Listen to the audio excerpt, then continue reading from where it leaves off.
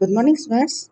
आज हम 12th class और सब्जेक्ट पॉलिटिकल साइंस में बात करेंगे हमारे चैप्टर क्षेत्रीय आकांक्षाओं के बारे में। अलग अलग क्षेत्रों की क्या आकांक्षाएं थी, क्या इच्छाएं थी कि उन्होंने अपने लिए अलग कुछ मांग रखी, इसी के बारे में हमारे इस चैप्टर में बात की गई है। तो सबसे पहले हम क्वेश्चन देखते हैं कि भारत में किस दशक को स्वायत्तता की मांग के दशक के रूप में जाना जाता है।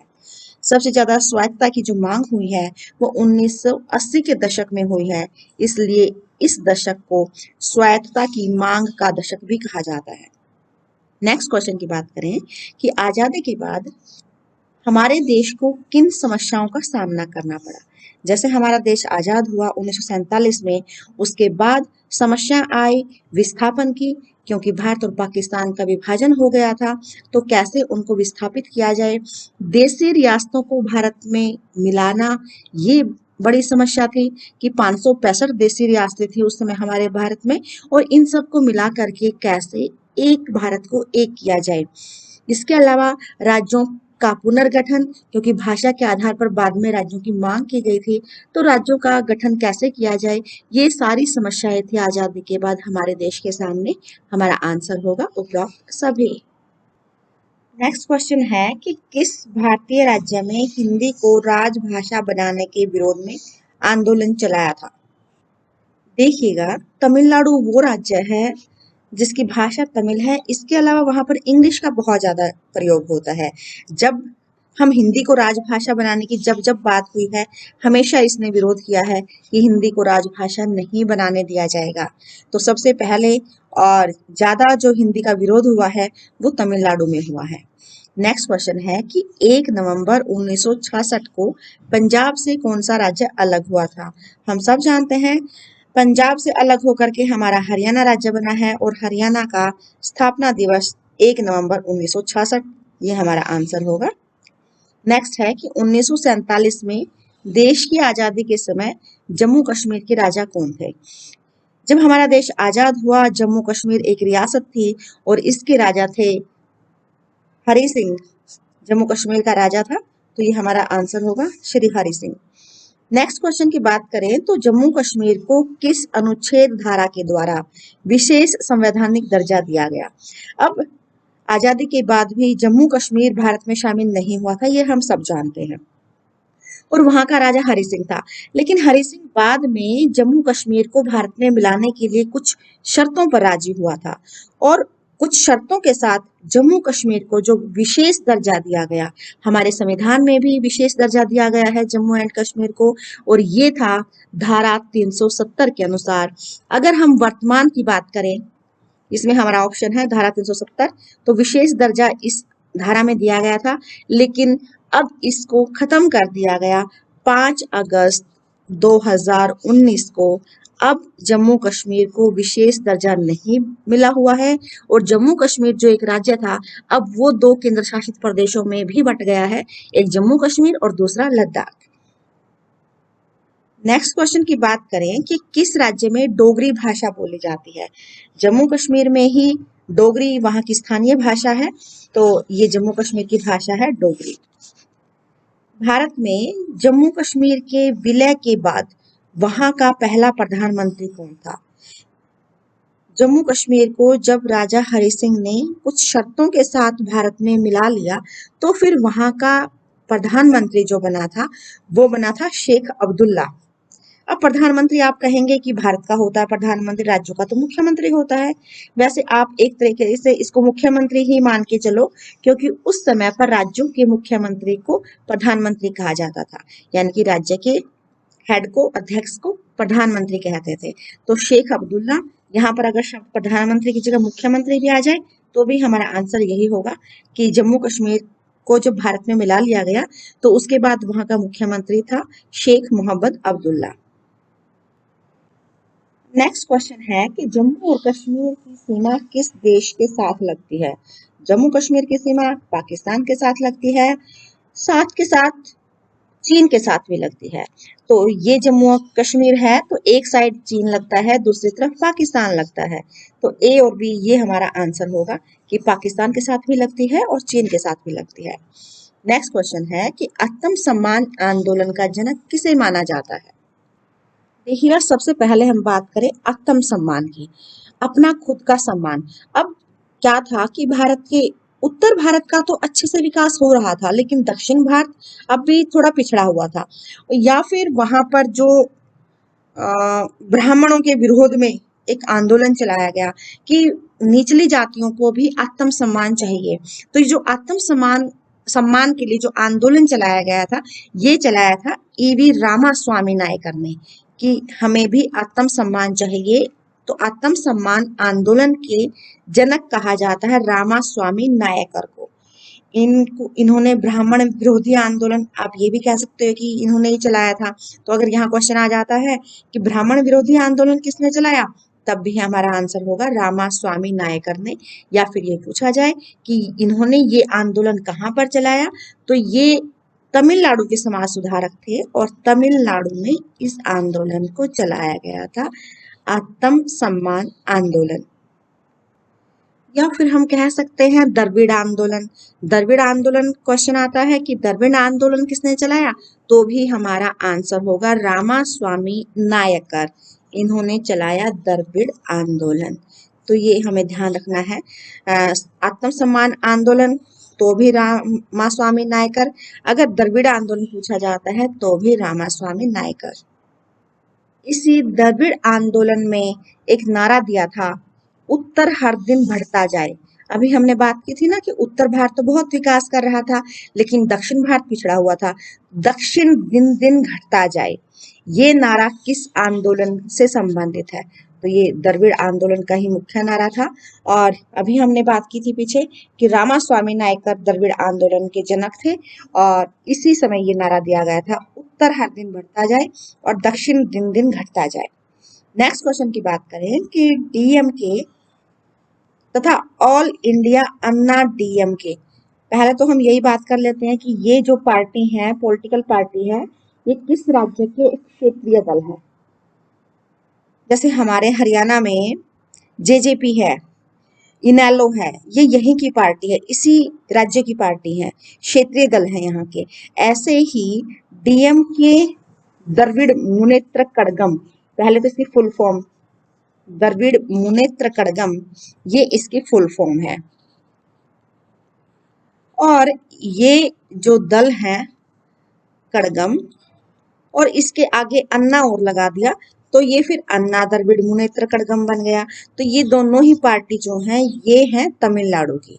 यहाँ पर पूछा गया है कि ये पार्टी किस राज्य के क्षेत्रीय दल है, तो हमारा आंसर होगा तमिलनाडु के।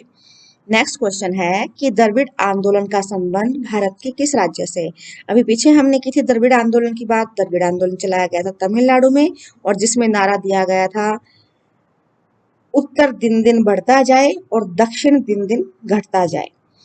तो ये द्रविड़ आंदोलन का संबंध हमारा हो गया तमिलनाडु के साथ। नेक्स्ट क्वेश्चन है कि शिरोमणि अकाली दल का संबंध भारत के किस राज्य से है। अकाली दल, अभी तक हमने दक्षिण भारत के और जम्मू कश्मीर की तो बात की कि कैसे वहां पर अलग अलग मांगे की गई थी। ऐसे ही शिरोमणि अकाली दल था पंजाब का, और ये पंजाब और हरियाणा पहले एक था। तो शिरोमणि अकाली दल जो है, ये पंजाब को अलग बनाने के लिए, पंजाब का दोबारा से गठन करने की डिमांड कर रहा था।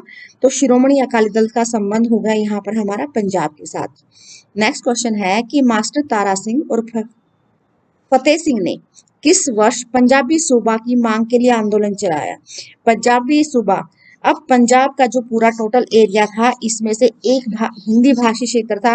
ये हिंदी भाषी क्षेत्र तो था हरियाणा, जो बाद में बना है ये तो, लेकिन इसकी मांग पहले शुरू हुई थी। और ये जो जहाँ पर पंजाबी भाषा यूज होती थी, इसको पंजाबी सूबा कहा जाता था। तो इस पंजाबी सूबे के लिए मांग के लिए एक आंदोलन चलाया गया। ये आंदोलन चलाया 1960 में, और यही मांग आगे बढ़ते बढ़ते भारत और पंजाब और हरियाणा अलग हो गए, और ये अलग हुए 1966 में। तो पंजाबी सूबे की मांग शुरू की थी राजा मास्टर तारा सिंह और फतेह सिंह ने 1960 में। भाषा के आधार पर पंजाब का पुनर्गठन कब किया गया, अब यही बात हम जो करते आ रहे हैं कि 1950 में मांग की मास्टर तारा सिंह और फतेह सिंह ने, और बाद में पंजाब का पुनर्गठन कर दिया गया भाषा के आधार पर। जो पंजाबी भाषी क्षेत्र था उसको पंजाब बना दिया और जो हिंदी भाषी क्षेत्र था उसको हरियाणा बना दिया। तो 1 नवंबर 1966 को हरियाणा और पंजाब अलग हुआ था। नेक्स्ट क्वेश्चन है कि आनंदपुर साहिब सम्मेलन किस वर्ष आयोजित हुआ? अब हरियाणा और पंजाब के अलग अलग होने के बाद भी मामला शांत नहीं हुआ। आनंदपुर में एक सम्मेलन किया गया। आनंदपुर पंजाब में है और यहाँ पर ये मांग रखी गई कि केंद्र सरकार अपने पास कम अधिकार रखे और राज्य को ज्यादा शक्तियां दे, और ये सम्मेलन हुआ था 1973 में। हमारा नेक्स्ट क्वेश्चन है कि ऑपरेशन ब्लू स्टार का संबंध किस राज्य से है?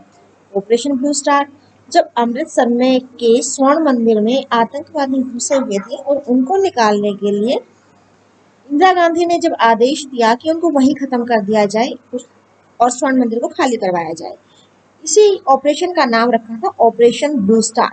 तो ऑपरेशन ब्लू स्टार का संबंध हो गया हमारे पंजाब राज्य के साथ।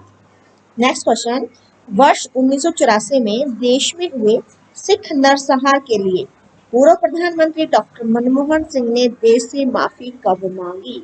ये जो क्वेश्चन है ये उससे रिलेटेड है कि 1984 में जब अमृतसर के स्वर्ण मंदिर में कार्रवाई की गई और उसके बाद सिख इंदिरा गांधी से बहुत नाराज थे और इंदिरा गांधी के अंगरक्षकों ने ही उसकी हत्या कर दी जो कि सिख थे। और इसके बाद सिख दंगे होते हैं और बहुत ज्यादा संख्या में सिख मारे जाते हैं। अब जो प्रधानमंत्री थे श्री मनमोहन सिंह 2005 में, इन्होंने जो खुद एक सिख प्रधानमंत्री थे, इन्होंने इस नरसंहार के लिए देश से माफी मांगी कि ये एक बहुत ही निम्न तरह की घटना थी जिसकी वजह से हमारे देश का काफी नुकसान हुआ। तो इन्होंने माफी मांगी थी वर्ष 2005 में। नेक्स्ट क्वेश्चन की बात करें तो पूर्वोत्तर भारत के राज्यों में राजनीति पर कौन कौन से मुद्दे हावी हैं? पूर्वोत्तर भारत के जो राज्य हैं, 7 सिस्टर, जो 7 बहनें जिनको कहा जाता है, उनमें स्वायत्तता की मांग, वो अपनी कुछ अलग आजादी चाहते हैं। अलग राज्य बनाना के लिए आंदोलन वहां पर हुए। इसके अलावा वहां पर बांग्लादेश और म्यांमार से बहुत से लोग आकर बस गए हैं, तो उन बाहरी लोगों के खिलाफ भी आंदोलन चलाए गए। तो ये तीनों ही पूर्वोत्तर भारत के मुद्दे हैं। हमारा आंसर हो जाएगा उपरोक्त सभी। हमारा नेक्स्ट क्वेश्चन है कि भारत तो एक है परंतु वे लोग कहाँ हैं जिन्हें भारतीय कहा जा सके? ये कथन किसका है? ये कथन पंडित जवाहरलाल नेहरू के द्वारा कहे गए हैं। नेक्स्ट क्वेश्चन है कि मिजो नेशनल फ्रंट नामक पार्टी का संबंध किस राज्य से है? मिजो नाम से ही स्पष्ट है, ये मिजोरम की पार्टी है। और मिजो नेशनल फ्रंट, इसके नेता थे लाल डेंगा, और इन्होंने जब राजीव गांधी प्रधानमंत्री थे तो समझौता किया था राजीव गांधी के साथ और असम से अलग करके मिजोरम राज्य की मांग की थी। नेक्स्ट क्वेश्चन इसी से रिलेटेड है कि राजीव गांधी और लाल डेंगा के बीच शांति समझौता किस वर्ष हुआ? राजीव गांधी और लाल डेंगा के बीच में ये जो समझौता हुआ ये 1986 में हुआ था और इसमें ये कहा गया कि असम से अलग करके मिजो पहाड़ी क्षेत्र जो था उसको अलग राज्य बना दिया जाएगा, और बनाया भी गया मिजोरम को। तो मिजोरम बन गया था 1986 में और ये समझौता उसी समय हुआ था। नेक्स्ट क्वेश्चन की बात करें, सिक्किम विधानसभा के लिए पहला लोकतांत्रिक चुनाव किस वर्ष हुआ? अब सिक्किम भी अलग राज्य नहीं था, लेकिन सिक्किम को अलग राज्य बनाया गया था 1975 में, और अगले साल यहाँ पर चुनाव होते हैं। तो अगले साल चुनाव हुए तो 1976 में सिक्किम की विधानसभा के लिए चुनाव हुए थे। नेक्स्ट क्वेश्चन की बात करें तो वर्ष 1975 में निम्न में से कौन सा राज्य भारत का 22वां राज्य बना? सिक्किम जो बना था 1975 में, ये हम जान चुके हैं, और ये भारत का 22वां राज्य के रूप में बना था। हमारा आंसर हो जाएगा सिक्किम। नेक्स्ट है कि भारत में कोंकणी भाषा किस राज्य में बोली जाती है। अब भारत में जाति धर्म भाषाओं के आधार पर जितनी भी विभिन्नताएं हैं और यही कारण रहे हैं कि अलग अलग क्षेत्रों की मांग रही है, अलग राज्य बनाने की मांग रही है। यहाँ पर कोंकणी भाषा की बात की गई है। कोंकणी भाषा बोली जाती है गोवा में। जबकि अगर हम आंध्र प्रदेश की बात करें तो आंध्र प्रदेश में ज़्यादातर जो भाषा यूज़ होती है वो होती है तेलुगु। उसके अलावा इंग्लिश ज़्यादा मात्रा में यहाँ पर बोली जाती है। केरल की बात करें तो केरल में मलयालम भाषा का यूज़ होता है और तमिलनाडु में तमिल भाषा। तो यहाँ से भी अगर क्वेश्चन आ जाता है तो इन राज्यों के बारे में भी, क्योंकि यहाँ पर अपनी भाषा को ज़्यादा महत्व दिया जाता है। नेक्स्ट क्वेश्चन है गोवा, दमन और दीव पुर्तगाल से कब स्वतंत्र हुए। जब हमारा देश स्वतंत्र हुआ 1947 में, लेकिन गोवा, दमन और दीव ये उसके बाद भी पुर्तगालियों के अधीन थे और इनको आज़ाद कराया गया था 1961 में। 1961 में ये आज़ाद हुए पुर्तगाल से। नेक्स्ट क्वेश्चन की बात करें कि क्षेत्रवाद के उदय के मुख्य कारण क्या है, यानी कि अपने क्षेत्र को ही ज़्यादा महत्व देना। इसके पीछे कारण है अपनी भौगोलिक परिस्थितियाँ, कोई पहाड़ी इलाका है या घाटी क्षेत्र है, मैदानी है, तो वो अपने तरीके से अपना अलग क्षेत्र चाहते हैं ताकि उस क्षेत्र का ठीक तरीके से विकास हो सके। तो इस वजह से कुछ भौगोलिक कारण से, अपने कल्चर की वजह से भी वो अलग राज्य की मांग करते हैं। ऐतिहासिक कारण भी रहे हैं और भाषा, जिसकी वजह से हरियाणा और पंजाब का विभाजन हुआ था। तो ये सारे ही कारण हैं जिसकी वजह से क्षेत्रवाद जो है वो हावी होता है, तभी अलग क्षेत्र की मांग की जाती है। तो हमारा आंसर हो जाएगा उपरोक्त सभी। नेक्स्ट की बात करें कि असम गण परिषद का संबंध भारत के किस राज्य से है। नाम से ही स्पष्ट है, फिर भी ऑप्शन देखते हैं। सिक्किम, असम। असम गण परिषद का संबंध असम से ही है। नेक्स्ट क्वेश्चन है कि 1984 में श्रीमती इंदिरा गांधी ने पंजाब से आतंकवादी गतिविधियों को समाप्त करने के लिए जो सैनिक कार्यवाही की उसे किस नाम से जाना जाता है। ये वही बात हो रही है 1984 में, जब स्वर्ण मंदिर में आतंकवादी छिपे हुए थे और इंदिरा गांधी ने उनको निकालने के लिए जो ऑपरेशन चलाया था उसका नाम था operation blue star. Next question, Jharkhand, Chhattisgarh और उत्तराखंड कब अस्तित्व में आए। ये राज्य भी बाद में बने हैं और ये तीनों राज्य बने थे वर्ष 2000 में। झारखंड को बनाया गया था बिहार से अलग करके, जबकि छत्तीसगढ़ को मध्य प्रदेश से अलग करके बनाया गया और उत्तराखंड यूपी के एक हिस्से को अलग करके उत्तराखंड बनाया गया, जिसका पहले नाम उत्तरांचल था। तो ये तीनों ही राज्य बने थे 2000 में। नेक्स्ट क्वेश्चन कि आनंदपुर साहिब प्रस्ताव निम्न प्रस्ताव को किस दल ने पारित किया था।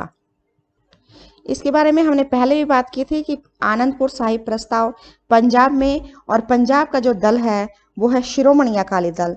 तो इस दल के द्वारा ये प्रस्ताव जो है ये पारित किया गया था। नेक्स्ट क्वेश्चन है कि तमिलनाडु में हिंदी विरोधी आंदोलन कब चलाया गया। तमिलनाडु दक्षिण भारत का राज्य है और यहाँ पर तमिल भाषा और साथ में इंग्लिश, लेकिन जैसे ही हिंदी को राजभाषा बनाने की बात आती है तो हिंदी के विरोध में आंदोलन शुरू हो जाते हैं। तो यहाँ पर जो एक आंदोलन शुरू हुआ, जब हिंदी को राजभाषा का दर्जा देने के लिए संसद में एक विधेयक प्रस्तुत किया गया था 1963 में। ये विधेयक संसद द्वारा पास भी हो गया और जैसे ही इसको राज्यसभा द्वारा पास किया जाता है तो विरोधी उतर आते हैं कि हिंदी को राजभाषा ना बनाया जाए, हम हिंदी को नहीं अपनाएंगे। तो वहाँ पर हिंसात्मक गतिविधियाँ होती हैं, दंगे भड़क जाते हैं और 1965 में ये विधेयक पेश किया गया था, पास हुआ था 65 में, और जैसे ये पास होता है तो दंगे भड़क जाते हैं, यहाँ पर हिंदी विरोधी आंदोलन चलाए जाते हैं। तो तमिलनाडु में हिंदी विरोधी आंदोलन चलाया गया 1965 में। नेक्स्ट की बात करें कि असम में विदेशी लोगों के विरोध में भी आंदोलन चलाया गया। ये किसने शुरू किया था। असम पूर्व भारत का राज्य है और यहाँ पर बांग्लादेश से और म्यांमार से आकर के काफ़ी लोग बसे हुए हैं। अब उन लोगों को महत्व दिया जाएगा तो फिर वहाँ के जो स्थानीय लोग हैं उनकी रिजर्वेशन कम हो जाएगी।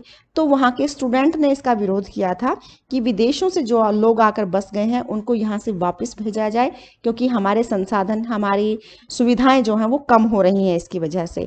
तो ये आंदोलन जो शुरू किया था ये शुरू किया था ऑल असम स्टूडेंट यूनियन ने, जिसको हम शॉर्ट फॉर्म में आसू भी बोलते हैं, AASU।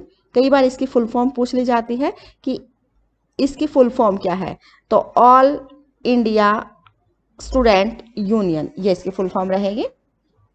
नेक्स्ट क्वेश्चन की बात करें कि आंध्र प्रदेश से तेलंगाना राज्य कब अलग हुआ था।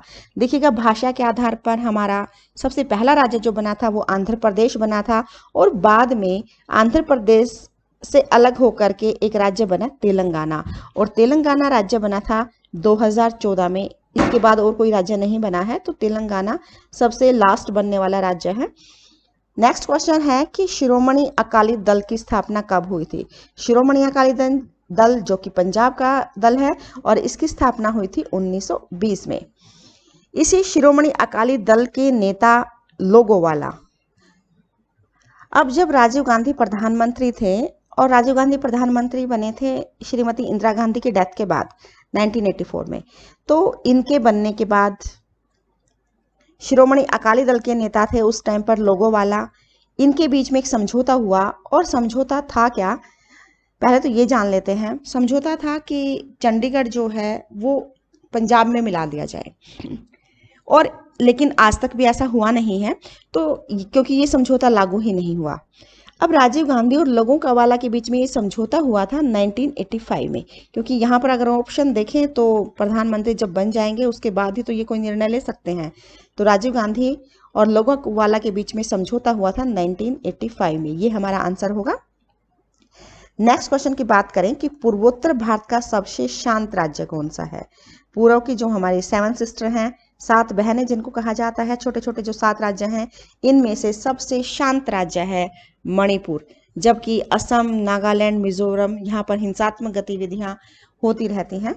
नेक्स्ट क्वेश्चन की बात करें कि चकमा शरणार्थी समस्या भारत व किस देश के बीच में है। चकमा शरणार्थी, शरणार्थी यानी कि जो शरण में आए हुए हैं, यानी कि दूसरे देश से जो भारत में आए हुए हैं, और ये चकमा शरणार्थी बांग्लादेश के हैं। चकमा ये बांग्लादेशी हैं, और इसका संबंध फिर हो जाएगा हमारे बांग्लादेश के साथ। नेक्स्ट और लास्ट क्वेश्चन है कि बोडो आंदोलन का संबंध भारत के किस राज्य से है। बोडो जाति ये एक जनजाति है जो कि असम में रहती है।